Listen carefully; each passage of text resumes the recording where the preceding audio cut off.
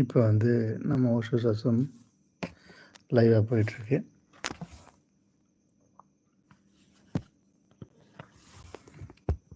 So இங்கே வந்து என்ன பார்ப்பீங்கன்னா, இப்போ வந்து லைவாக போயிட்டுருக்குங்க. தந்த்ரா ரகசியங்கிற விஞ்ஞான் பைரவ் தந்த்ரான்னு ஓஷோ பேசினேன். சிவன் பார்வதிட்டு சொன்னேன். 2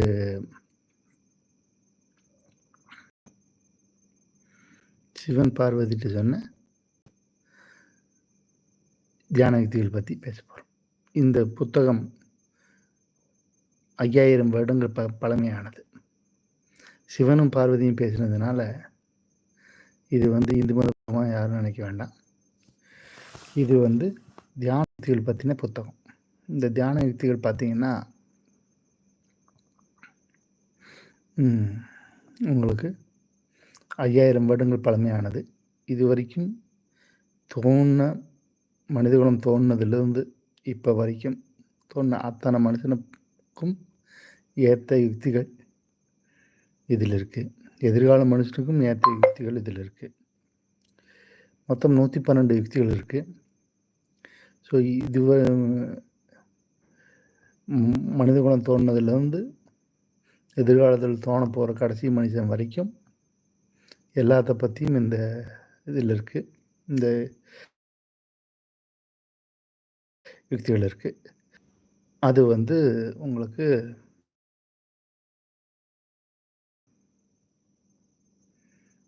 அந்த புக்கு வந்து தந்த்ரா ரகசியங்கள் மொத்தம் தமிழ் 5 பாகமாக வந்திருக்கு. மொத்தம் 80 சாப்டரு. அந்த 80 சாப்டர் ஒரு புக்குக்கு 14 சாப்டர்னு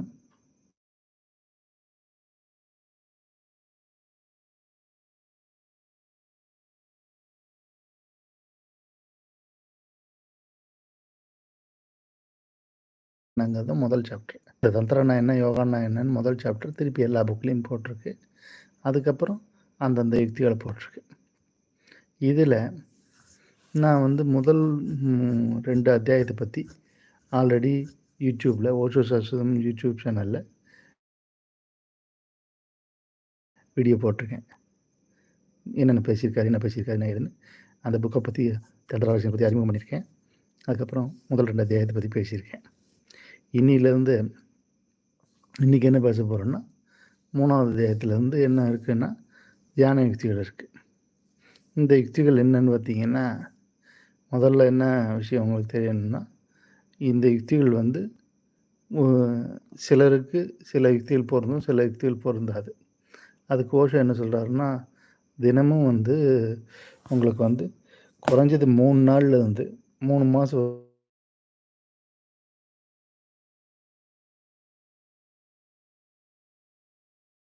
112 யுக்தியும் படித்து பார்த்து அதில் உங்களுக்கு பிடிச்ச யுக்தி எதுவோ அதை செலக்ட் பண்ணி குறைஞ்சது 3 நாள் ட்ரை பண்ணுங்கள். 3 நாள் பிடிச்சிருக்கு அப்படின்னா 3 மாதம் ட்ரை பண்ணுங்கள். அதுக்கப்புறம் அந்த யுக்தியும் செலக்ட் பண்ணிட்டீங்கன்னா, ஸோ அதை ஒரு 6 மாதம் ட்ரை பண்ணிங்கன்னா ஒரு முக்கியமான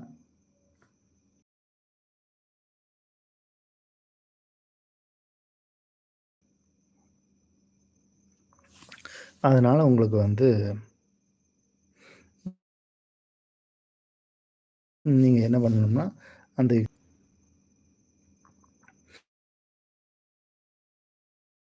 மூச்சு பற்றின யுக்தி இருக்குது. அதுக்கு முன்னாடி 3வது அத்தியாயத்துடைய இன்ட்ரடக்ஷனில் என்ன பேசியிருக்காரு அப்படிங்கிறது பார்க்கலாம். ஃபஸ்ட்டு என்ன பேசியிருக்காருன்னா, சத்தியம் எப்போதும் உள்ளது. ஃபஸ்ட்டு வார்த்தை சத்தியம் எப்போதும் இங்கேயே உள்ளது.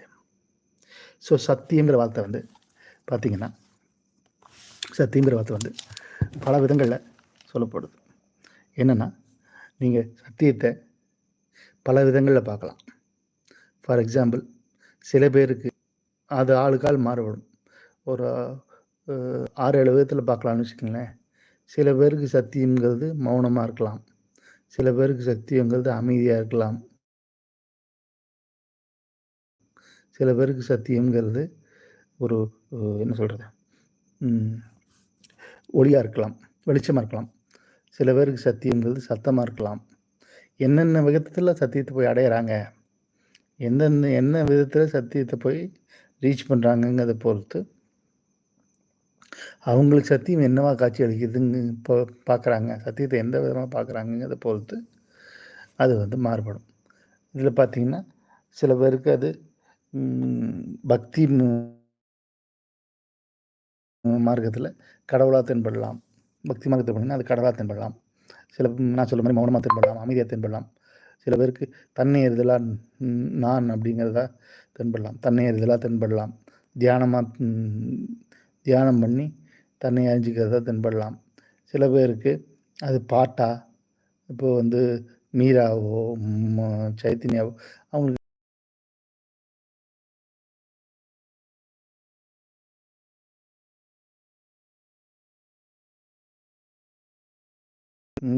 இல்லை. சத்தியம் மாறுபடுதுன்னு அர்த்தம் இல்லை. சத்தியம் மாறுபடுதுங்க சத்தியம் அர்த்தம் இல்லை. பட் என்ன அர்த்தம்னா இந்த மாதிரி சத்தியத்தை அடையக்கூடிய வழிகள் மாறுபடலாம் அப்படிங்கிறதான். என்ன வேணால் நீங்கள் இது பண்ணலாங்கிறதான்.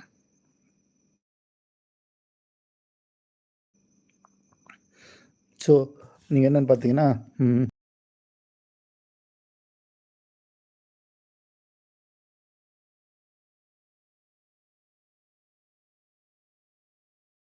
சும்மா ஹாய் போட்டோ இது போட்டோ இப்போது நாம் வந்து இதை பொழுதுபோக்காகவோ பண்ணேன்.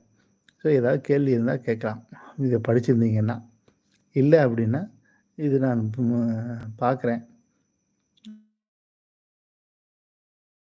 ஒவ்வொன்றா நிதானமாக நான் படித்து பார்த்துட்டு போடுறேன்.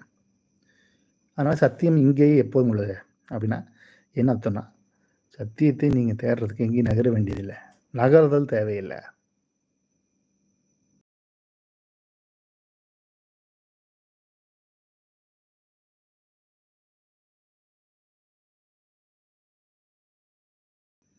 ஏன்னா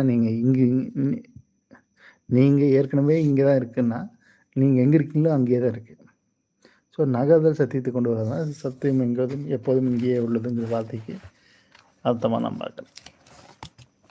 ஸோ அடைபொருள் மொழியை பொறுத்து சத்தியங்கிறது இருக்கு. அதே மாதிரி அதை கண்டுபிடிக்க வேண்டியது டிஸ்கவரியோ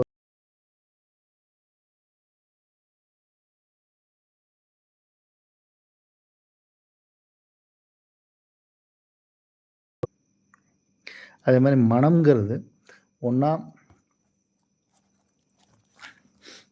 அது வந்து என்ன பண்ணணும்னா, மனம்ங்கிறது ஒரு வண்டி மாதிரின்னு வச்சுக்கங்களேன். அது வந்து நீங்கள் வந்து என்ன பண்ணணும்னா, நீங்கள் எதிர்காலத்தில் இருக்கும், இல்லைன்னா கடந்த காலத்தில் இருக்கும். இது இருக்காது, நிகழ்காலத்தில் இருக்கவே இருக்காது.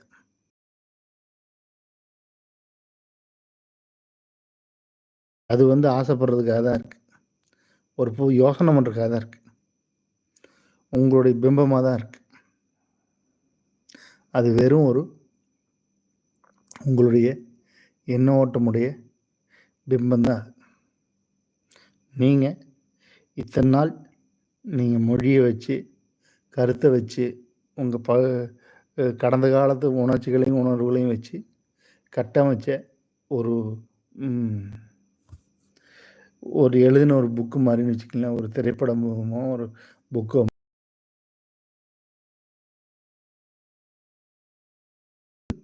நீங்கள் இது இப்படின்னா இது இப்படி, அதாவது தீக்குள்ள விரல வச்சா சுடும் அப்படிங்கிறது எப்படி பதிவாக இருக்கோ, அது வெறும் ஒரு பதிவாக இருக்குது.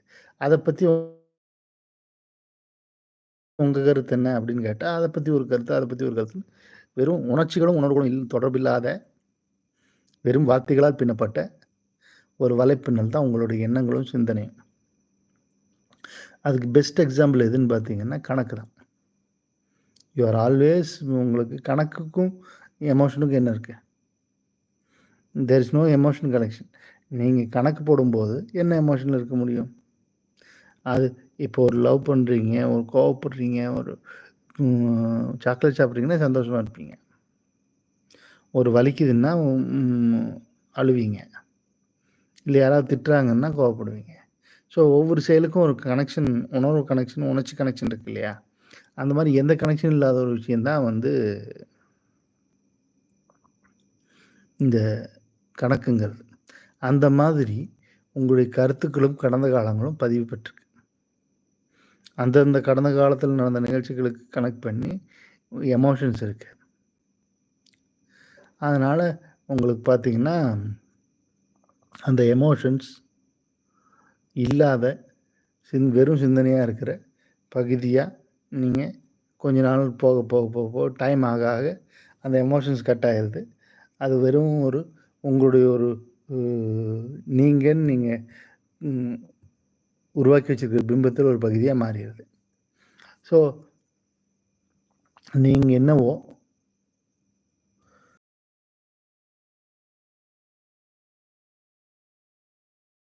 கடந்த காலங்கிறதும் அதுதான், எதிர்காலங்கிறதும் அதுதான். நீங்க காண்ற கனவு நீங்க எப்படி இருக்கணும்னு நீங்க எதிர்பார்க்குறீங்களோ, அது உங்களுடைய எதிர்காலம். உங்க வாழ்க்கையில என்ன நடக்கும்னு நீங்க எதிர்பார்க்குறீங்களோ, உங்களுடைய எதிர்பார்ப்பு உங்களுடைய எதிர்காலம். உங்களுடைய அனுபவம் உங்களுடைய கடந்த காலம். ஸோ நிகழ்காலம்ங்கிறது உங்க அனுபவமும் இல்லாம, உங்க எதிர்பார்ப்பும் இல்லாம, இப்ப என்ன இருக்கோ, இப்ப நீங்க உயிரோட இருக்கீங்க.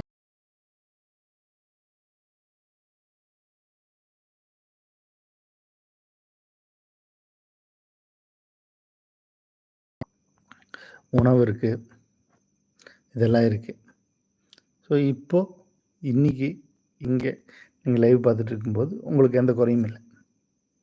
ஆனா வாழ்க்கையில குறையில்லையான்னு கேட்டீங்கன்னா, எல்லாருக்கும் குறை இருக்கு. ஏன்னா, அப்ப எதிர்காலம் வந்தது, கடந்த காலம் வந்தது. ஸோ மனசு மூவ் ஆகாதப்போ யாருக்கும் குறை இல்ல. எதிர்காலத்துக்கோ, கடந்த காலத்துக்கோ நீங்க போலன்னா,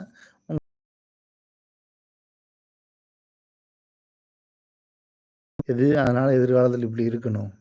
கடந்த காலத்தில என்னை இப்படி காயப்படுத்திட்டாங்க. அதனால அந்த காயத்தினால நான் அவங்களுக்கு நிரூபிக்கணும். இல்லை என் சொந்தக்காரங்களுக்கு நிரூபிக்கணும். என்னுடைய இவங்களுக்கு நிரூபிக்கணும். அந்த மாரி நிரூபிக்கணுங்கிறது. இல்லை இது பண்ணலைன்னா என்ன நினைப்பாங்கங்கிறது. மத்தவங்க என்ன நினைப்பாங்க? அப்படிங்கிறதுக்காக வாழ்றது. இதெல்லாம் தான் வந்து முக்கியமான நம்ம கடந்த காலத்துக்கும், எதிர்காலத்துக்கும் மனசு போறதுக்கு உத்வேகம் கொடுக்கக்கூடிய, மனசுக்கு எனர்ஜி கொடுக்கக்கூடிய விஷயங்கள்.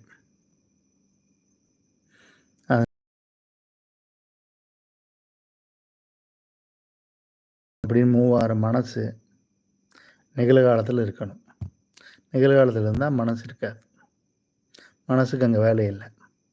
மனசு அழிஞ்சிரும்.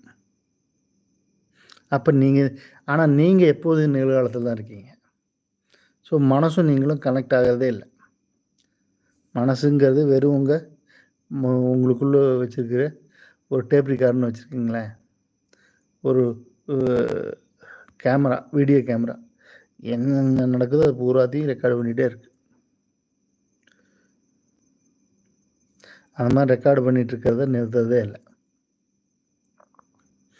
உங்களுக்குள்ளே வச்சுருக்கிற வீடியோ கேமரா தானே ஒழிய உங்களுக்கும் அதுக்கும் கனெக்ஷன் இல்லை. நீங்கள் எப்போதும் ப்ரெசன்ட் மொமெண்ட்டில் தான் இருக்கீங்க. சத்தியத்தை தேடுற நீங்கள் சத்தியத்தை தேடுறதுன்னு முடிவு பண்ணிட்டீங்கன்னா, நீங்கள் எங்கே இருக்கீங்கன்னா, நீங்கள் ப்ரெசன்ட் மொமெண்ட்டில் தான் இருக்கீங்க. ஏன்னா நாம் எங்கே இருக்கோம்? நாம் உடம்பில் இருக்கோம். உடம்பு எங்கே இருக்குது? உடம்புக்குள்ளே நீங்கள் இருக்கீங்கல்ல, எந்த சந்தேகமும் யாருக்கும் இருக்காதுன்னு நினைக்கிறேன். அதனால்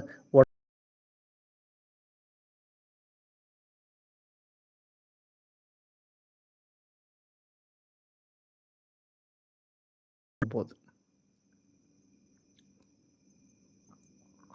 ஸோ நீங்கள் உங்கள் உடம்ப உணர்ந்தீங்கன்னா, எப்போதுமே நிகழ்காலத்துக்கு வந்துடுறீங்க. அதனால என்னன்னு கேட்டிங்கன்னா, நீங்கள் வந்து நிகழ்காலத்தில் இருக்கிறதுக்கு உங்கள் உடம்பை யூஸ் பண்ணலாம். ஆனால் இப்போ நம்மளுக்கு பழக்கம் என்ன? இத்தனை வருஷ பழக்கம் என்ன? எதிர்காலத்துலேயோ, கடந்த காலத்துலேயோ தான் வாழ்ந்துகிட்டே இருக்கோம்.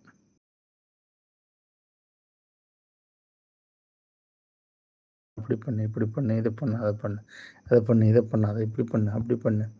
நீ இதை பண்ணணும், இதை பண்ணாதான் நீ நல்லவன், இதை பண்ணாதான் நீ ஜெயிக்க முடியும். ஜெயிக்கிறது முக்கியம், பணம் சம்பாதிக்க முக்கியம், படிக்கிறது முக்கியம். எல்லாம் மற்றவங்ககிட்ட நல்லவன் பேர் இருக்கிறது முக்கியம். உன்னை யாரும் தப்பு சொல்லிடக்கூடாது, தப்பு செய்யாமல் இருக்கிறது முக்கியம்.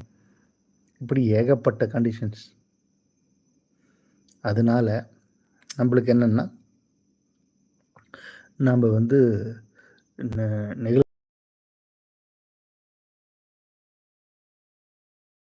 இதில் முக்கியமான விஷயம் என்னென்னா, பார்வதி தேவி வந்து ஏன் இந்த கேள்வி கேட்குறா? முதல் விஷயம் முதல்லேருந்து வரேன். திருப்பி முதல்லேருந்து வரேன். ஏன்னா நான் வந்து திருப்பி நான் வந்து ட்ரைங் டு கலெக்ட். இது வரைக்கும் நான் தந்த்ரா பற்றி இந்த 3வது அத்தியாயம் வரைக்கும் நீங்கள் படிக்காதவங்களாக இருந்தாலும், தந்த்ரா ரகசியம் புக்கை படித்தவங்களாக இருந்தாலும், நீங்கள் தியானம்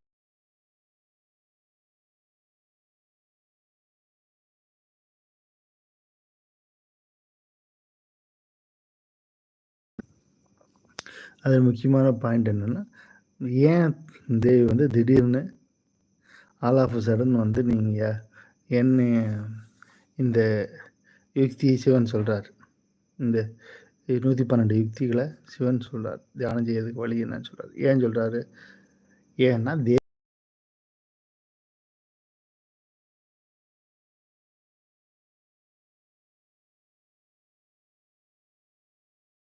பார்க்குறோம்.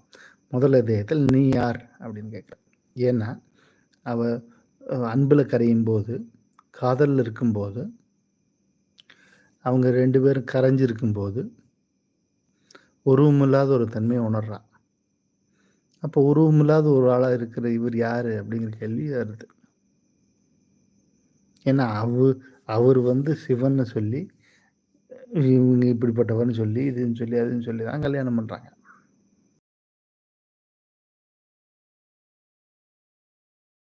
பார்வதி. ஆனால் லவ் பண்ணும்போது பார்த்தா அந்த மொமெண்ட்டில் அந்த ஆள் இல்லை. அங்கே வெறும் எனர்ஜி தான் இருக்குது. அப்போ அவர் யாருங்கிறத அவரைத்தான் வேற யார்கிட்ட கேட்குறது. அதனால் உண்மையில் நீ என்னன்னு கேட்குறாங்க. நீ யார்? இந்த பிரபஞ்சம் என்ன? ஏன் இந்த பிரபஞ்சம் என்னன்னு டக்குன்னு நீ யாருன்னு கேட்டு, உண்மையில் நீ என்னன்னு கேட்டு, பிரபஞ்சம் என்னன்னு ஏன் கேட்குறாங்கன்னா, அவங்க ஃபீல் பண்ண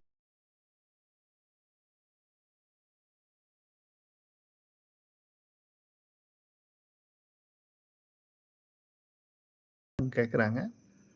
நீ யார்? உண்மையில் நீ என்ன? ஏன்னா அது அவருங்கிற ஒரு ஆள் இல்லை, அது ஒரு சக்தின்னு ஃபீல் பண்ணுறாங்க. அதனால் அது என்னன்னு கேட்குறாங்க. அதுக்கப்புறம் என்ன கேட்குறாங்கன்னா,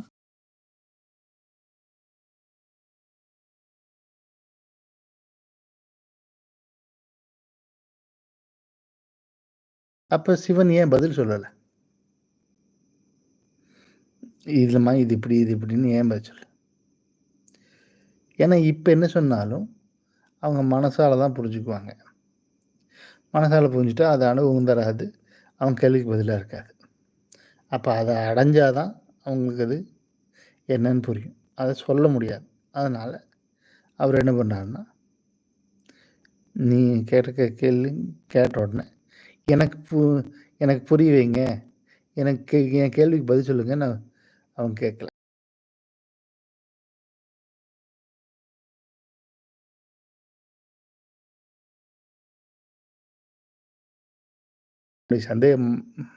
சந்தேகப்படுற மனசை நிறுத்திடுங்க. ஏன்னா மனசோடைய முக்கியமான விஷயம் என்ன? ஏன்னா அது நாய் மாதிரி தான். யார் பார்த்தாலும் சந்தேகப்படும், யாரை பார்த்தாலும் குறைக்கும். ஸோ யாரை பார்த்தாலும் பயப்படும். யாரை பார்த்தாலும் பயப்பட்டால் நாம் என்ன பண்ணுவோம்?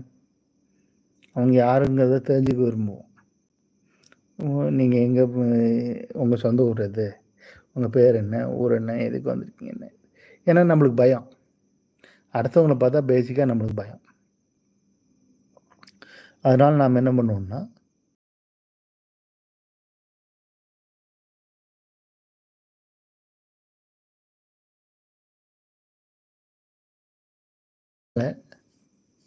பயத்தோட ஒரு இதுதான் விசாரிக்கிறது, இது பண்ணுறது. அந்த மாதிரி சந்தேகப்படும்.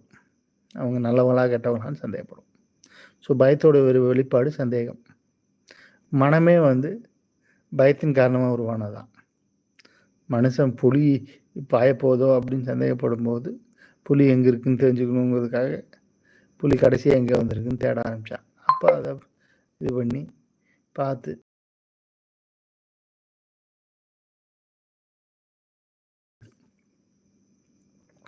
மனம் எதுக்காக வந்ததுன்னா ஆபத்துலேருந்து தப்பிக்கிறதுக்காக தான் வந்தது. அதனால் அது எப்போதுமே சந்தேகப்படுறது தான். ஸோ மனசால் ஒரு மனசுன்னா முக்கால்வாசி அதால் சந்தேகப்படாமல் இருக்க முடியாது. மனசு ஒன்றா பயப்படும், இல்லை சந்தேகப்படும். பயப்படுது அப்படின்னா சந்தேகப்பட்டு நம்ம போய் எதாவது பேசினா ஏதாவது ஆபத்தோ அப்படின்னு சந்தேகப்படும். ஸோ சந்தேகமும் பயமும் மனதோடைய முக்கிய குணங்கள்.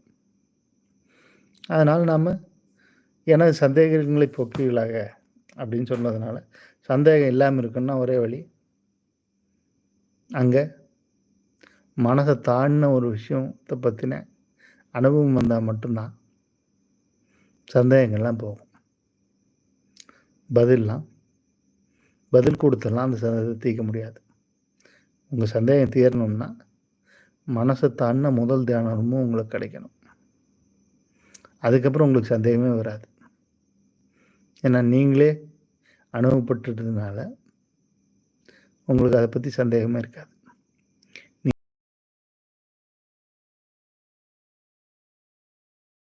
இப்படி தான் இருக்கும்னு அனுமானிச்சோ, இல்லை இவங்க இப்படி சொல்லிட்டாங்க நம்மளுக்கு இது தெரியும்னு நம்பியோ ஒரு விஷயத்தை தெரிஞ்சு வச்சுருந்தீங்கன்னா அது சந்தேகத்தை போக்கவே போக்காது. அதனால் அவங்க ஏன்னா சந்தேகங்களை போக்குவிடலான்னு தேவி சொன்னதுனால சிவனுக்கு ஒரே வழி அவங்களுக்கு முதல் தியானத்தை கொடுக்கறது தான். அப்போ முதல் தியானம்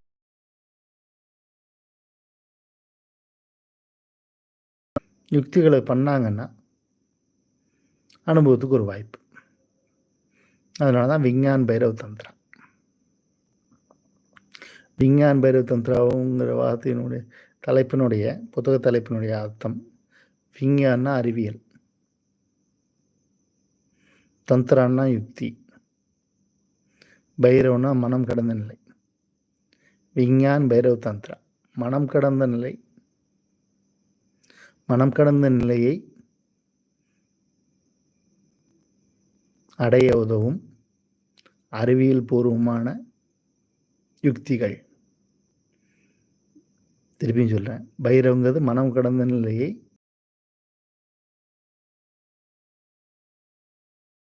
உதவும். விஞ்ஞான்னா அறிவியல் பூர்வமான மனம் கடந்த நிலையை அடைய உதவும் அறிவியல் பூர்வமான தந்திரானா யுக்தி. அதனால் என்னென்னா மனம் கடந்த நிலையை அடைய உதவும் விஞ்ஞானபூர்வமான யுக்திகள்ங்கிறது தான் இந்த விஞ்ஞான பைரவ தந்திராங்கிற புத்தக தலைப்பினுடைய அர்த்தம். இது எந்த மதத்தை சார்ந்ததும் இல்லை. சிவன்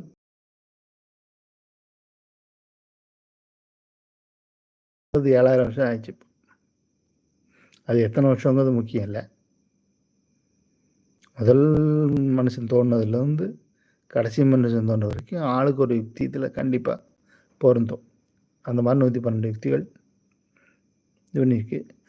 இது வரைக்கும் தோணும் யுக்திகள் அத்தனையுமே இதிலிருந்து தான் தோணியிருக்கு. புத்தர் யூஸ் பண்ணதாகட்டும், மகாவீரர் யூஸ் பண்ணதாகட்டும், எல்லாரும் யூஸ் பண்ணதும் இதிலிருந்து தான் தோணியிருக்கு. இதில் நீங்கள் கேட்கலாம், இப்போ கத்தாரிசிஸ் இல்லை. ஓஷோ இதில் கத்தாரிசிஸ் ஓஷோ இப்போ அவருடைய யுக்திகளில் கத்தாரிசிஸ் அதாவது குப்பையை வெளியேற்றுதில்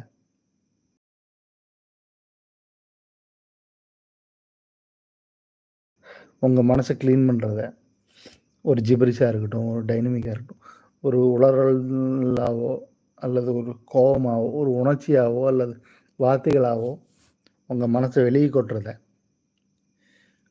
ஓஷோ பண்ணுறார்.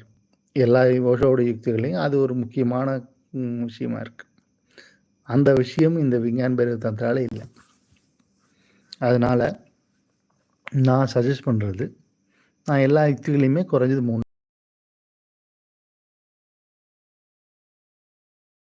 என்னால் முடிஞ்ச யுக்தி அத்தனையுமே கிட்டத்தட்ட ஒரு 50-60 யுக்திக்கு மேலே 60 யுக்தி 70 யுக்திக்கு மேலே 3 நாள் பண்ணி பார்த்துருக்கேன்.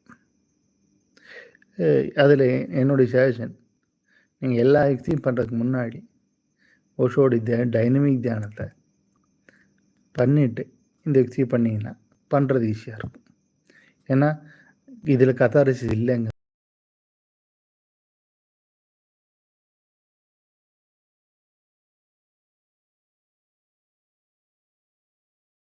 விஞ்ஞான பைரவ தந்திராங்கிற இந்த யுக்தியை சிவன் பார்வதிக்கு சொல்கிற காலத்தில் இருந்த மனுஷனுக்கோ அல்லது 2500 வருஷத்துக்கு முன்னாடி புத்தர் காலத்தில் இருந்த மனுஷனுக்கோ அந்த க்ளீன் பண்ணுற மனசை க்ளீன் பண்ணுற யுக்தி தேவைப்படல. ஏன்னா அவன் உடம்புல இருந்தான். அதனால் அவனால் உடலில் இருந்த மனுஷனால் ஈஸியாக இந்த யுக்திகளை பண்ணி அடைய முடிஞ்சுது. இதில் இருந்த ஒரு பிரீத்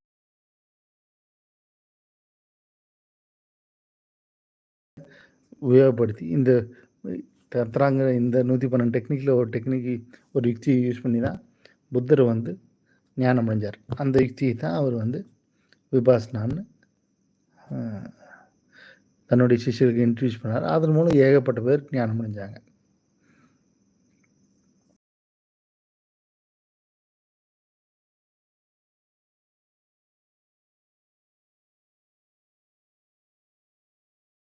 க்ளீன் பண்ணுறது ரொம்ப முக்கியம். மனசை க்ளீன் பண்ணாமல் உட்காந்திங்கன்னா மனசு அடங்கிறதுக்கே ஃபுல் டைம் ஆயிரும். 3/4 மணி நேரம் 1 மணி நேரம் ஆயிரும். அதுக்கப்புறம் இந்த யுக்தியை பண்ணிவிட்டு உங்களுக்கு டைம் இருக்காது. அதுக்குள்ளே அடுத்த விஷயத்துக்கு மனசு ஓடிடும். அதனால் நீங்கள் டைனமிக் மாதிரி ஒரு த்ரோயிங் டைனமிக்கையோ இல்லை ஜிபிரிஷோ இல்லை சிரிப்போ என்ன யுக்தி பண்ணுறீங்களோ ஓஷோட யுக்தி ஒன்று பண்ணி உங்கள் மனசை சுத்தப்படுத்திட்டு அதுக்கப்புறம் இந்த தந்திரா 112 டெக்னிக்கில் ஏதாவது ஒன்று யூஸ் பண்ணிங்கன்னா பண்ணுறது ரொம்ப ஈஸியாக இருக்கும். இது முதல் விஷயம். ரெண்டாவது, இதில் என்ன பாயிண்ட் அப்படின்னு கேட்டிங்கன்னா, விஞ்ஞான பைரவ தந்திராவுடைய விளக்கத்தை சொல்லிட்டேன். இதை தமிழில் தந்திரா ரகசியங்கள்னு சொல்கிறோம். ஏன் ரகசியம்? என்ன ரகசியம்? ஏன் ரகசியம் அப்படின்னா,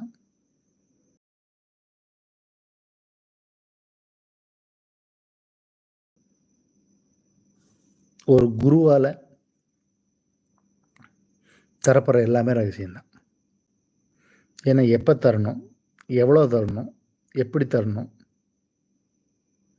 அப்படிங்கிறத பொறுத்து, சிஷ்யனோட நிலையை பொறுத்து, சீடனுடைய நிலையை பொறுத்து, நிலையை பார்த்து உணர்ந்து ஒரு ஞானி தான் குருவாக முடியும். அதனால் அவர் தியானத்துக்கு தரும்போது அது அவனுக்கு மட்டுமே உகந்ததாக இருக்கும். எந்த விஷயத்தை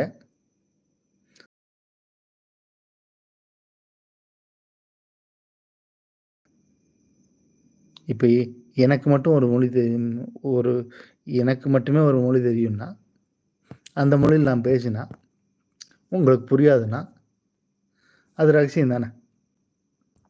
அந்த மாதிரி எனக்கு மட்டுமே பொருந்தக்கூடிய தியான யுக்தியாக ஒன்று இருந்ததுன்னா அந்த யுக்தியை உங்களுக்கு கொடுத்தா கூட எனக்கு கொடுத்த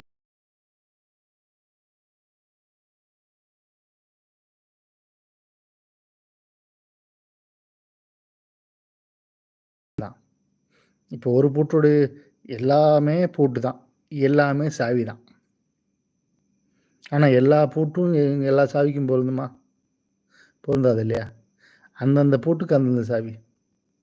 அப்போ சாவிங்கிறது ரகசியம்தான். ஏன்னா அந்த பூட்டையும் அந்த சாவியும் கரெக்டாக மேட்ச் பண்ணிங்கன்னா தான் அது வேலை செய்யும். அந்த மாதிரி குரு கொடுக்கக்கூடிய உங்களுக்கு மட்டுமே பொருந்தக்கூடிய விஷயம்தான் ரகசியம். அந்த மாதிரி மாடிஃபிகேஷன் சிலது பண்ணிக்க வேண்டியிருக்கும், பண்ணிக்கங்க, அது பிரச்சனை இல்லை. ஆனால் பேசிக் ரூல்ஸ் எல்லாம் ஃபாலோ பண்ணணும். அப்படி பேசிக் ரூல்ஸ் என்ன அப்படிங்கிறது கேட்டிங்கன்னா,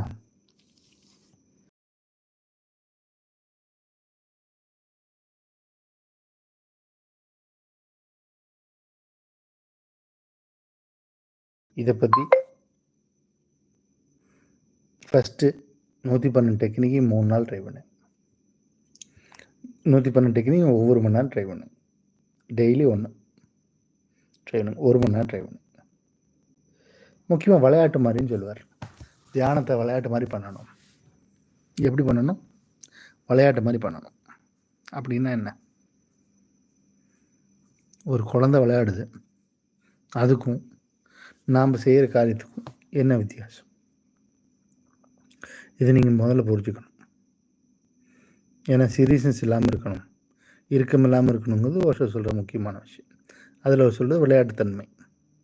ஸோ விளையாட்டுத்தன்மைன்னு என்ன? விளையாடும்போது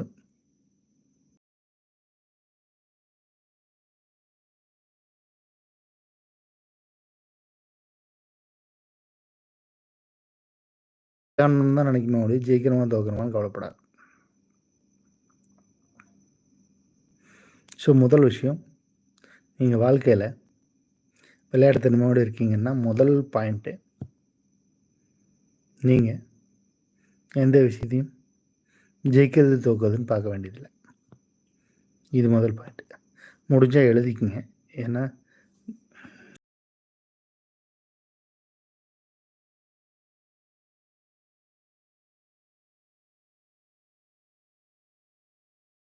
முதல் பாயிண்ட்டு, நீங்கள் இது பண்ணுறதில்ல.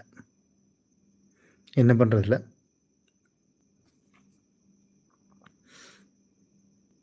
தோக்கிறது ஜெயிக்கிறதுங்கிறது கிடையாது. விளையாடுறது தான் முக்கியம். ஸோ பங்கெடுக்கிறது தான் முக்கியம். அது முதல் பாயிண்ட். 2வது பாயிண்ட்,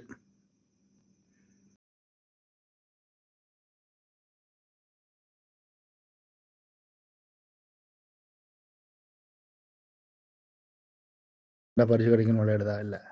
இந்த விளையாட்டு விளையாண்டா என்ன நடக்கும்னு விளையாடுதா? இல்லை. சந்தோஷமாக இருக்குது, அதனால் பண்ணுது. ஸோ வாழ்க்கை வாழ்கிறது உங்களுக்கு சந்தோஷமாக இருக்கணும். முதல் பாயிண்ட் போட்டி இல்லாமல் இருக்கணும், வெற்றி தோல்வி இல்லாமல் இருக்கணும். 2வது பாயிண்ட் சந்தோஷமாக இருக்கணும்.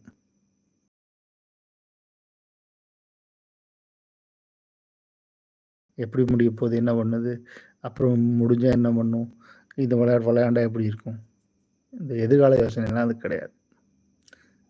கடந்த காலம் கிடையாது. விளையாட்டுக்கு முன்னாடி நோண்டிட்டு இருந்தவங்களும் கிடையாது. விளையாடுறோம், இப்போ விளையாடுறோம், பிடிச்சிருக்கு விளையாடுறோம், பிடிச்சிருக்கு, சந்தோஷமாக இருக்குது, செய்கிறோம், அவ்வளோதான். இதில் வெற்றி தோல்வி கிடையாது, இது கிடையாது, எதுவும் கிடையாது.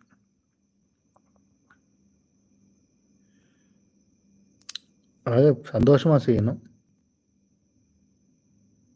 வெற்றி தோல்வி இல்லாமல் செய்யணும், முழுசாக செய்யணும். முழுசாக செய்யணும் என்ன? அதை தவிர வேறு எதுவுமே வாழ்க்கையில் இல்லைங்களோட செய்யணும். பார்த்துருக்கீங்களா? ஒரு கடற்கரையில் வீடு கட்டிட்டு இருக்கிற குழந்தை எவ்வளோ ஒரு இன்ஜினியரை விட ஆழ்ந்து வீடு கட்டும்.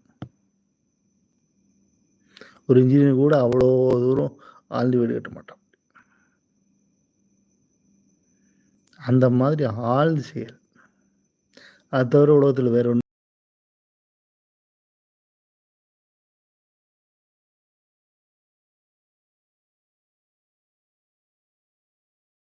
விளையாட்டுத்தன்மை முதல் பாயிண்ட். இறுக்கமில்லாத தன்மை 2வது பாயிண்ட்.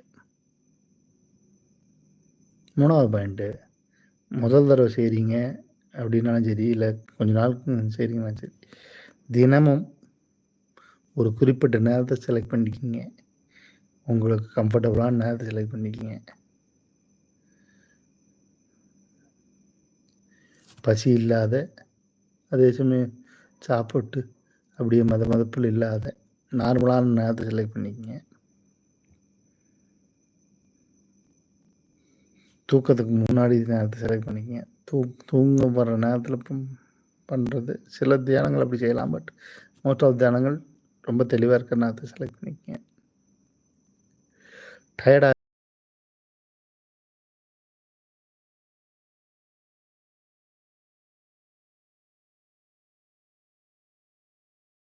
சாயங்காலம், இரவு நேரம், இல்லைன்னா காலையில், அதிகாலை இல்லை இரவு அப்படிங்கிற மாதிரி பண்ணிங்க.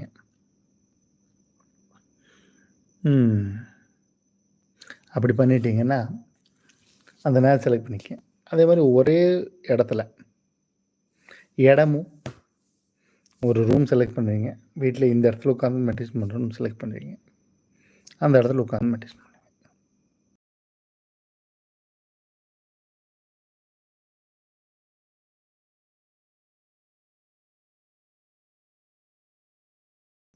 அட்லீஸ்ட் ரூம் முடியலைனாலும் ஒரு குறிப்பிட்ட இடத்த ஒதுக்கிங்க. அங்க உட்காந்து மெடிடேஷன் தவிர வேறு எதுவும் பண்ணுறதில்ல.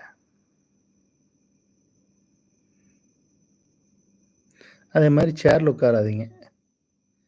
முடிஞ்சா முடியலன்னா சேர்ல உட்காந்துக்குங்க. வயசானவங்களா இருந்தீங்க, இல்லை கீழே உட்கார முடியாதுன்னா சேர்ல உட்காந்துக்குங்க. முடிஞ்ச வரைக்கும் கீழே உட்காருங்க.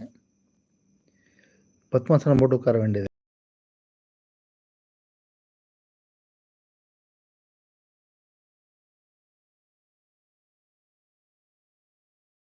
முக்கியமான விஷயம் என்னென்னா, நீங்கள் எப்போதும் எந்த வலியும் இல்லாமல் வலி இல்லாமல் எப்படி உட்கார முடியுமோ அப்படி உட்காந்துக்குங்க. எங்கேயும் வலிக்கக்கூடாது. ஏன்னா வலிச்சதுன்னா அந்த இடத்த தான் நீங்கள் கான்சன்ட்ரேட் பண்ணுவீங்களே ஒழிய, எங்கே என்ன நடக்குதோ அந்த விஷயம் கான்சன்ட்ரேட் ஆகவே ஆகாது. தியானத்தில் கான்சன்ட்ரேஷன் போகவே போகாது. உங்கள் உடம்போட ஞாபகம் இருந்துகிட்டே இருக்கும். வலியுடைய ஞாபகம் வந்துகிட்டே இருக்கும். வலியை மறக்கவே முடியாது. வலியுடைய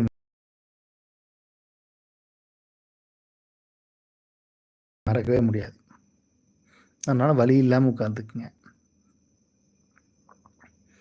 அதே மாதிரி வலியை மற்றவங்களுக்கும் கொடுக்க முடியாது. நீங்கள் தான் அனுபவிச்சாகணும். வாழ்க்கை எப்போதும் அப்படி தான். அதாவது வலிங்கிற மாதிரி தான் நீங்கள் தான் அனுபவிச்சாகணும். யாருக்கும் மாற்றி விட முடியாது. நான் ட்ரான்ஸ்ஃபரபிள். வாழ்க்கையில் எல்லாமே நான் ட்ரான்ஸ்ஃபர் becomes a offense. முடியாத விஷயமே மாறி.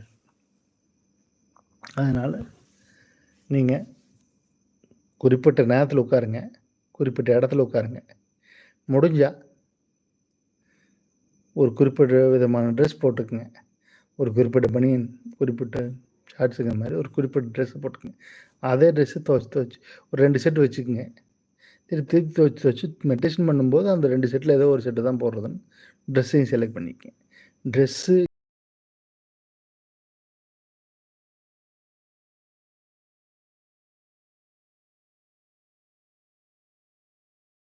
அதே மாதிரி ஒரு சமயத்தில் ஒரு டெக்னிக் பண்ணுங்க. இதையும் பண்ணி பார்த்து அதையும் பண்ணி பார்த்து இந்த பிச்சைக்காரன் இதில் சாப்பிட்ற மாதிரி இல்லாமல் ஒரு சமயத்தில் குழம்பு சாதம் சாப்பிட்றீங்கன்னா குழம்பு சாதம் தான் சாப்பிடும். குழம்புல ரசத்தையும் ஊற்றி, ரசத்தில் தயிரையும் ஊற்றி எல்லாத்தையும் கலந்தடிக்கூடாது. அப்போ உங்களுக்கு எதுன்னு புரியாது. இப்போ ஏதாவது ஒர்க் அவுட் ஆனால் கூட எந்த யுக்தியிலேருந்து எது ஒர்க் அவுட் ஆச்சுன்னு தெரியாது. அதனால் என்ன சொல்லியிருக்கோ அதை மட்டும் பண்ணு.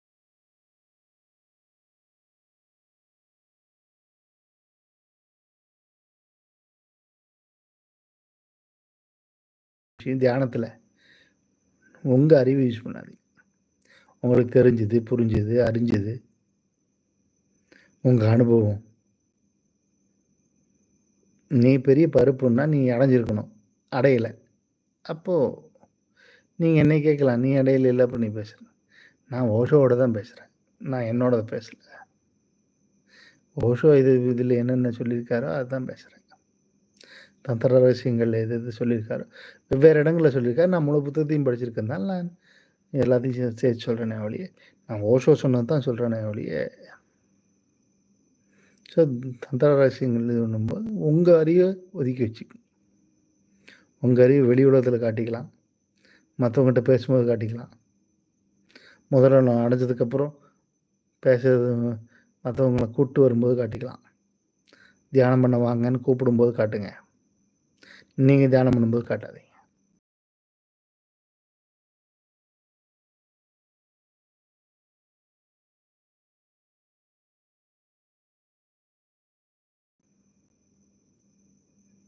அப்புறம் தந்திரான்னா என்ன அப்படின்னா யுக்தின்னு சொல்லிட்டேன். ஆனால் தந்திரா வழி அப்படின்னா என்னென்னா, நீங்கள் உங்கள் உணர்வுகளை, உணர்ச்சிகளை யூஸ் பண்ணி, அதனுடைய சக்தியை யூஸ் பண்ணி, அந்த சக்தி, அந்த நீங்கள் ஒரு உணர்ச்சினா அது கோபமாக இருக்கலாம், செக்ஸாக இருக்கலாம். எல்லாரும் தப்பாக நினச்சிட்டு இருக்காங்க. தந்திரம்னா செக்ஸ் மட்டும்தான். எந்த உணர்ச்சி வேணா இருக்கலாம். சோகமாக இருக்கலாம், கோபமாக இருக்கலாம், சந்தோஷமாக இருக்கலாம், செக்ஸாகவும் இருக்கலாம். செக்ஸும் சேர்ந்து தான். ஆனால் செக்ஸ் மட்டும் இல்லை. ஒரு சந்தோஷமாக இருக்கலாம், சோகமாக இருக்கலாம், இதாக இருக்கலாம். என்ன உணர்ச்சியாக இருந்தாலும் அதனுடைய பீக்கில் போகும்போது அது உங்களை ஆட்கொள்ள போகுதுங்கிற நிலைமையில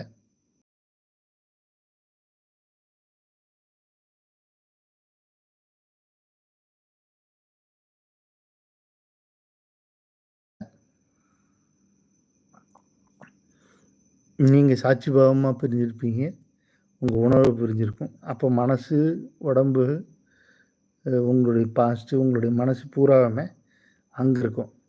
நீங்கள் சாட்சி பாவமாக பிரிஞ்சிருப்பீங்க. அப்போ நான் சாட்சி பாவம்னு ஃபீல் பண்ணுறது முதல் அனுபவம் ரொம்ப ஈஸி. அதுதான் தந்திரா. உங்கள் உணர்ச்சியோட உச்சத்தில் நீங்கள் சாட்சி பாவமாக பிரியது ஈஸி. அதை செய்ய தான் தந்திரம். இதை நான் சிம்பிளாக சொல்லிட்டேன். அது ஒவ்வொரு யுக்திக்கும் ஒவ்வொரு விதமாக.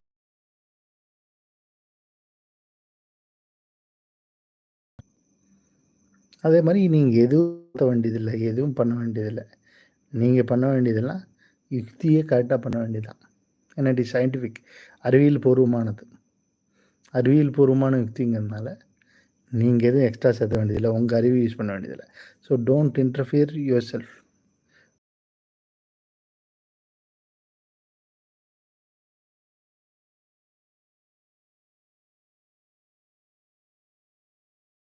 மிகப்பெரிய தடை.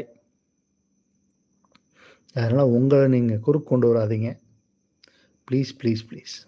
உங்களை நீங்கள் குறுக்கு கொண்டு வராமல் உங்களால் ஒரு விஷயம் செய்ய முடிஞ்சதுன்னா you can do this techniques. தூய்மையானவன் சொல்லுவாங்க இடையில. என்னென்னா தூய்மையானவன்னா என்ன அர்த்தம்னா உங்களை குறுக்கு கொண்டு வராத தான் தூய்மையானவன் சொல்லுவாங்க.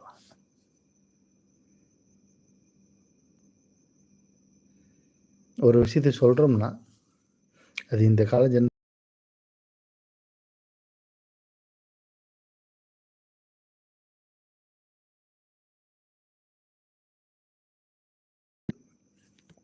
எப்படி ஒன்றை ஒதுக்கி வைக்கிறதுன்னு நீ கற்றுக்குவேன். சின்ன வயசில் பெரியவங்க சொன்னால் கேட்கணும்னா சொல்கிற விஷயம் பெருசுங்கிறதுக்காக இல்லை. சொல்கிற விஷயத்த நீயே கூட கற்றுக்கலாம், நீயே கூட செஞ்சு கற்றுக்கலாம், பிரச்சனை இல்லை. ஆனால் ஏன் அந்த ஒபீடியன்ஸ் ரொம்ப முக்கியம்னா அப்போ தான் நீ உன்னை ஒதுக்கி வைக்கிறது எப்படின்னு கற்றுக்குவேன். அப்போ தான் கற்றுக்கிற தன்மை வரும்.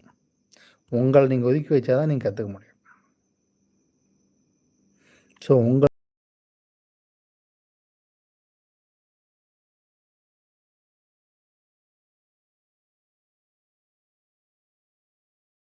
இந்த யுக்தியோடு செய்கிறதுக்கு தேவையான ஒரே தேவை, ஒரே ரிக்குயர்மெண்ட் என்னென்னா உங்களுக்கு உங்களை ஒதுக்கி வைக்க தெரியணும்.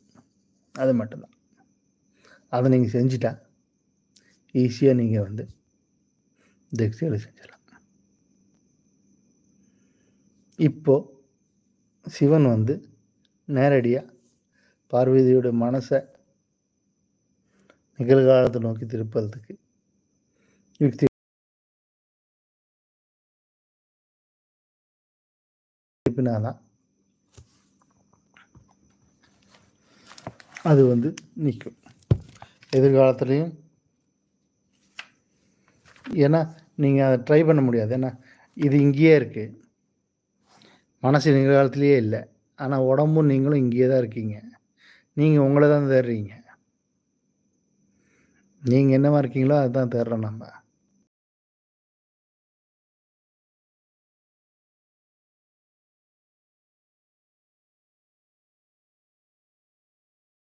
நகர ஆரம்பிச்சிருவீங்க. உங்கள்கிட்ட நகர்ந்து வேறு இடத்துக்கு போயிடுவீங்க. வெளியே தேட ஆரம்பிச்சிருவீங்க. நீங்கள் தேடினா அது வெளியே தான். தேடுதலை வெளியே தான் தேட முடியும், உங்களுக்குள்ளே தேட முடியாது. அதனால் தேடணும். ஆனால் தேடக்கூடாது. வரும் ஆனால் வராதுங்கிற மாதிரி தேடணும், ஆனால் தேடக்கூடாது. நீங்கள் எப்படி தேடணும்னா, நீங்களா இருக்கிறது மட்டும் தான் நீங்கள் தேடுதல செய்ய வேண்டிய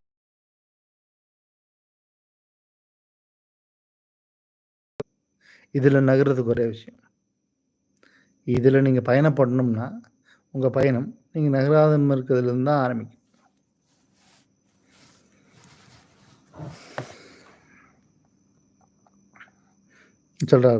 சொல்றார். சிவாவின் இந்த எல்லா யுக்திகளுமே மனதை எதிர்காலத்திலிருந்தும், இறந்த காலத்திலிருந்தும் நிகழ்காலத்துக்கு திருப்புவதுதான். நீ எதை தேடுகிறாயோ அது ஏற்கனவே அங்கிருக்கிறது. ஏற்கனவே அது அப்படித்தான்.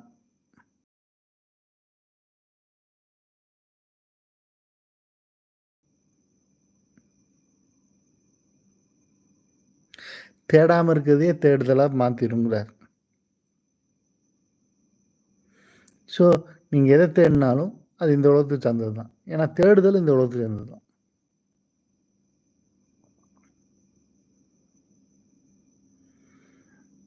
ஸோ நீங்கள் முக்கியமாக யுக்திகள் பண்ணி நிகழ்காலத்துக்கு வர்றது ஒன்று தான் நீங்கள் செய்ய வேண்டியது. இதில் நீங்கள் புரிஞ்சுக்கிறதுக்கு, தெரிஞ்சுக்கிறதுக்கு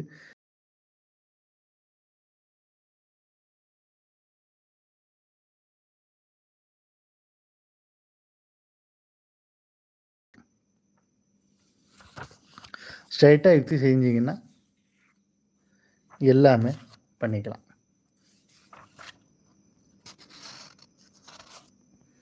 ஸோ முதல்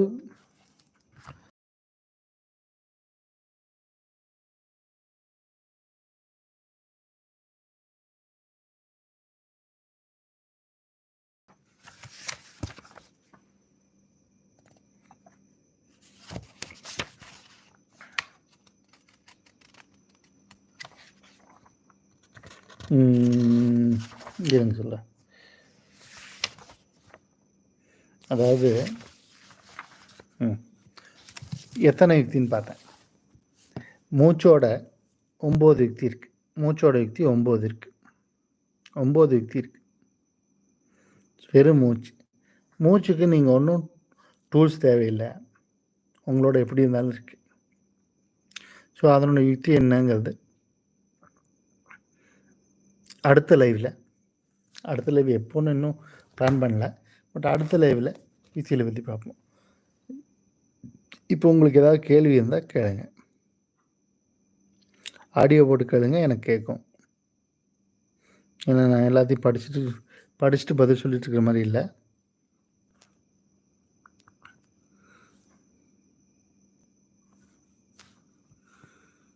எல்லா இதுவும் நான் டைப் பண்ணிட்டு இருக்க முடியாது. அதனால் ஆடியோ போட்டு கேளுங்க. ஏதாவது கேள்வி இருந்தால்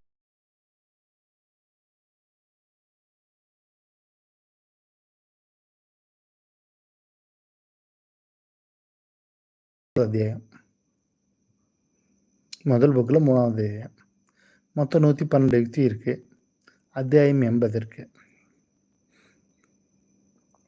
ஸோ ஒரு யுக்தியாக பார்க்கலாம்.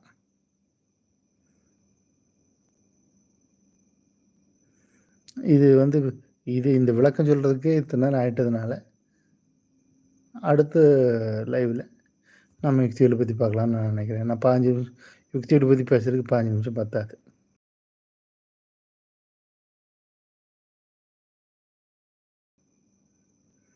இது பண்ணி பார்க்கணும். அதனால் நீங்கள்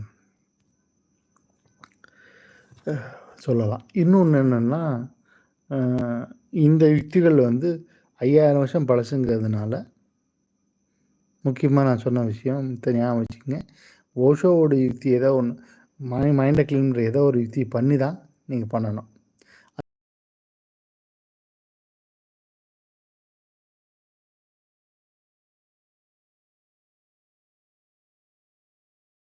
யுக்தியாக இருந்தால் கூட உங்களால் செய்ய முடியாமல் போகிறதுக்கு வாய்ப்பு இருக்குது. ஏன்னா இன்றைக்கி இருக்கிற மனசு இந்த யுக்திகள் உருவான காலத்தில் இருக்கிறத விட 5000 மடங்கு வேகமான மனசு. அதனால் இன்றைக்கி எல்லோரும் 2 நிமிஷத்து ரீல்ஸ் தான் பார்க்குறான். 2 நிமிஷத்துக்கு தான் உங்களுக்கு டைம் இருக்குது. ஒரு விஷயத்தை தொடர்ந்து செய்யறது 2 நிமிஷம் தான் செய்ய முடியுது. அதுக்கு மேலே செய்ய முடியல. அதனால் நாம் நம்ம மைண்டோடைய ஸ்பீடு என்ன அப்படிங்கிறத ஃபீல் பண்ணி அதுக்கு தகுந்தபடி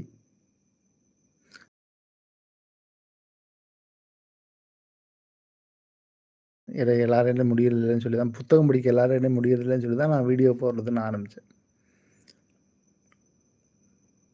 எல்லாம் ஆடியோ கேட்குறதும், வீடியோ கேட்குறது தான் நம்ம யூடியூப்பில் பார்க்குறோம், இதில் பார்க்குறோம். அதனால தான் இப்போ நான் தந்திர விஷயங்களை எப்படி வீடியோவில் போடலான்னு போடுறேன். ஏன்னா தியானம் செய்ய விருப்பம் இருக்கிறவங்க, தியான தேடுதல் இருக்கிறவங்க, ஆனால் புத்தகம் படிக்க முடியாது, எனக்கு நேரம் இல்லை, யாராவது சொன்னால் கேட்டுக்கலாம், நான் யூடியூப்பில் பார்த்து கேட்டுக்கிறேன்.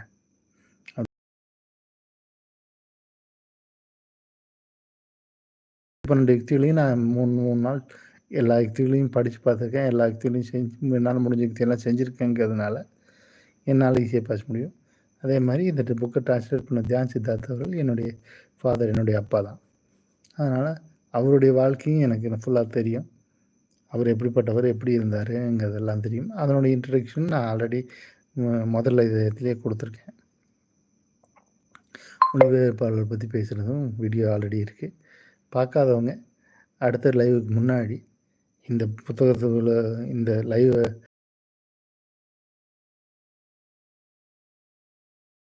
அத்தனை வீடியோவையும் பார்த்துட்டு வந்தீங்கன்னா உங்களுக்கு ஃபுல் நான் சொல்ல வேண்டிய ஃபுல் விஷயங்கள் நீங்கள் இது வரைக்கும் ஃபாலோ பண்ணிக்குவீங்க. அடுத்து சொல்கிறது ரொம்ப ஈஸியாக புரியும். ஸோ அடுத்த 9 யுக்திகள், முதல் 9 யுக்திகள் மூச்சு சம்மந்தமானதான். அது மட்டும் இப்போதைக்கு வச்சுக்கோங்க. மூச்சு 24 மணி நேரம் நம்ம கூட இருக்கிற மூச்சோட சேர்த்து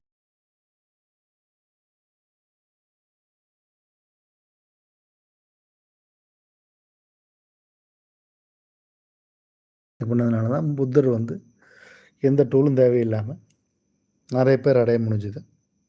இன்னொரு விஷயம், ஒரு ஞானி கூட இருந்தால்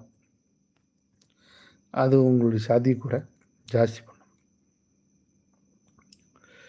ஆனால் ஞானி கிடைக்கலன்னா கூட இப்போ ஓஷோவோட யுக்திகள் எல்லாமே நீங்கள் பண்ணாலே அதை கொண்டு போய் அந்த நிலைக்கு சேர்த்திருங்கிறது தான். அந்த ஞானியுடைய ப்ரெசன்ஸு தேவையில்லாத மாதிரி தான் ஓஷோ எல்லா யுக்திகளையுமே பண்ணியிருக்காரு. அதனால் நீங்கள் எதுவுமே பண்ணலைன்னாலும் ஓஷோவோட யுக்திகளை பண்ணலாம்.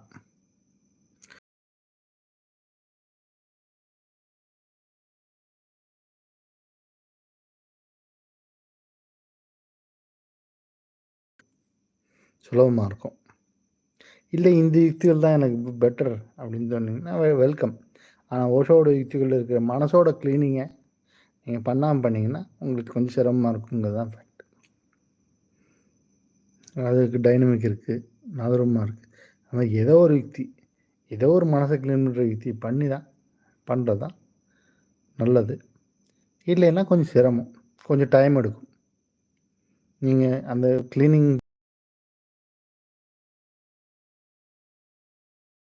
ஒரு வருஷம் எடுக்கும். அவ்வளோதான், வேறு ஒன்றும் இல்லை, டைம் தான், வேறு ஒன்றுமே பிரச்சனை இல்லை. அது உங்கள் விருப்பம். ஸோ இந்த லைவினுடைய கடைசி ஒரு 10 நிமிஷத்துக்கு வந்துட்டோம். இன்னொரு முக்கியமான விஷயம், ஏன் இதை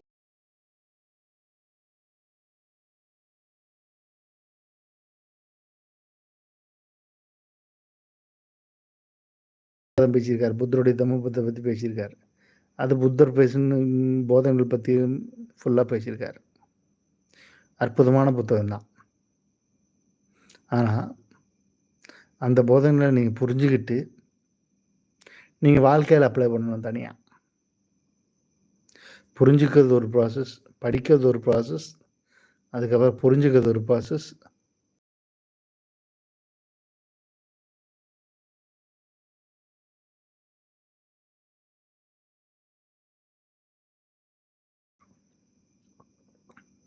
பதஞ்சலி யோக சூத்திரம் பேசியிருக்காரு. இன்றைக்கி எத்தனை பேர் யோகா பாஞ்சலி சூத்திரத்தில் சொல்கிற மாதிரி யோகாவை எடுத்து லைஃப் பூரா பண்ணுறதுக்கு எத்தனை பேர் ரெடியாக இருக்கும்? இறஞ்சி தான் சொல்கிறேன் நான். இல்லை, பகவத்கீதை பேசியிருக்காரு. சரி, ஆனால் அதில் டெக்னிக் இருக்கா?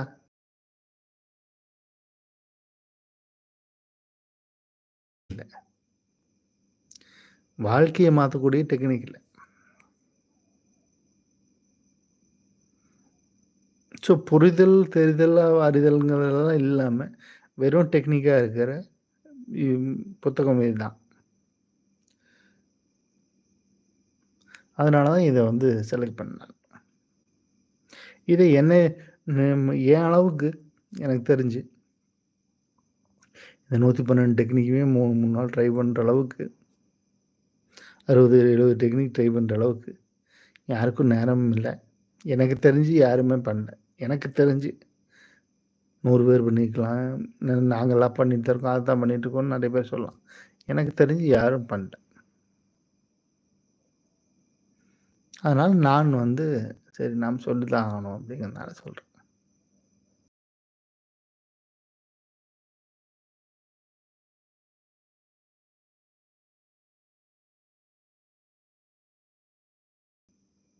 முக்கியமான பாயிண்ட்லாம் சொல்லிடுவோம். இது வரைக்கும் சொல்லாத பாயிண்ட்லாம் சொல்லிடுவோம்னு சொல்லுவோம்.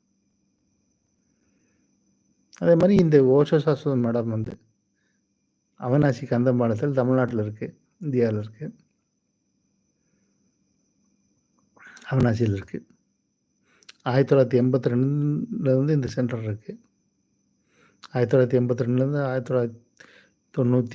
1995 வரைக்கும் திருப்பூரில் இருந்தது. இப்போ 95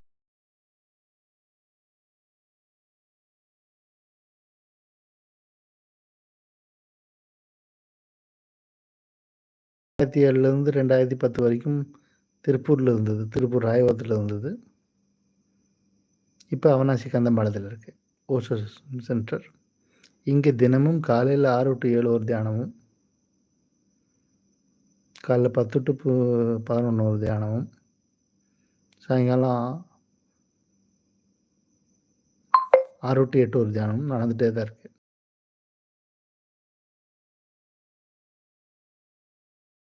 கேம்புங்கிறது நாங்கள் மாதம் 2வது வாரம் 2வது சனி ஞாயிறு போடுறோம். ஒரு வாரம் குர்ஜீஃப் கேம்ப்னு குர்ஜீஃப் உமன்ஸ் கேம்ப் போடுறோம். இப்போ 2வது வாரம் சனி ஞாயிறு 2 நாளும், சனிக்கிழமை காலையில் 9 மணிலேருந்து ஞாயிற்றுக்கிழமை சாயங்காலம் 5 மணி வரைக்கும் 2 நாள் ஒரு ஆளுக்கு 2000 சொல்லி ஃபுட் அண்ட் அக்காமடேஷனோட ஒரு 10-12 டெக்னிக் சொல்லித்தரோம். அதுக்கு வந்து கேம்ப் அட்டன் பண்ணிட்டீங்கன்னா அதுக்கப்புறம் நீங்கள் முடித்தா டெய்லி வரலாம், இல்லை கேம்ப் வரலாம்.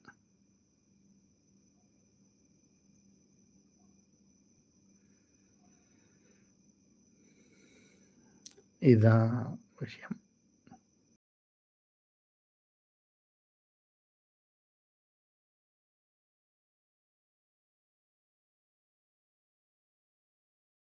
நம்ம யுக்திகளை பற்றி ஒவ்வொரு யுக்தியாக எடுத்து பார்ப்போம்.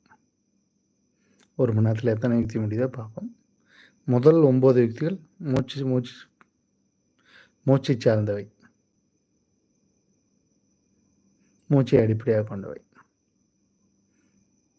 அதனால் அடுத்த வீடியோ இந்த வீடியோ எப்படி இருக்குன்னு கமெண்ட்டில் போடுங்க, கமெண்ட் பண்ணுங்கள். அதுக்கப்புறம் அடுத்த வீடியோ எப்போ போடுறது, எப்போ போடலாம் அப்படின்னு கமெண்ட் பண்ணுங்கள். எத்தனை பேர் இதை பார்த்து ஃபாலோ பண்ணி நாங்கள் மெடிடேஷன் ரெடியாக இருக்கோம் போடுங்கன்னு எத்தனை பேர் எவ்வளோ சீக்கிரம் கேட்குறீங்களோ, எத்தனை பேர் கேட்குறீங்களோ அவ்வளோ சீக்கிரம் போட்டு ட்ரை பண்ணுறேன். யாரும் கேட்கலன்னா கொஞ்சம்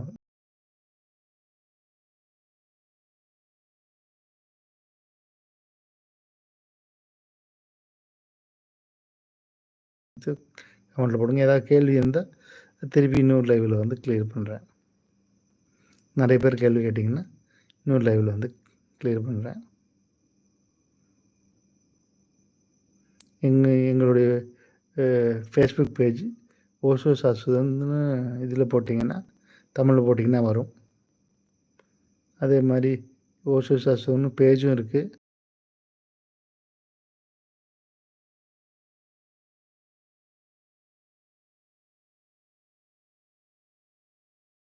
tamil.com வெப்சைட்டுக்கு போனீங்கன்னா எங்களை பற்றி டீட்டெயில் ஃபுல்லாக இருக்கும், பார்த்து தெரிஞ்சுக்கலாம். வணக்கம்.